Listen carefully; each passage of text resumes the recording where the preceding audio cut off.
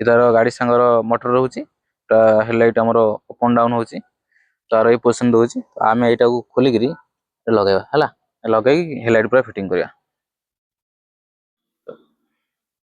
ये गाड़ी सांगर लाइट अच्छी जोटा कि BS4 महिंद्रा पिकअप 2020 मॉडल अच्छी आम एटा कन्वर्ट करचे नुआ मॉडल लाइट लगे पूरा BS6 मॉडल तार दउची देखंतु एपटार दउची इंडिकेटर कनेक्शन सिस्टम दउची। तो ये जो गोल्ड मॉडल ना ये प्लेन मॉडल अच्छी लुकटा पूरा अलग प्रकार देखा से भाई आम लेफ्ट साइड कर देजे खाली बाकी रही राइट साइड कौन लगे पड़ो तो ये आपको बताऊँ।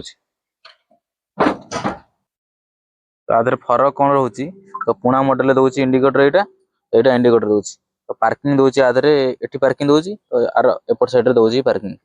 तो बाकी रहा आमर जो लगुच मोटर हेडलाइट एडजस्ट करने ये मोटर सिस्टम देती आम ये भी सेम रोचे एपट भी रोचे जहाँ एपट भी रोचे से तो मुझे देखी दूसरी ये रोचे नुआ जोटा आमर इंस्टॉल करवा हूँ पुणा मॉडल लुकटा पूरा अलग प्रकार देखा गाड़ी लगला तेबे आम लगेगा टिके वायरिंग टिके आमको टिके एपट सेपट करा पड़ो ना सब एका रोचे ठीक अच्छे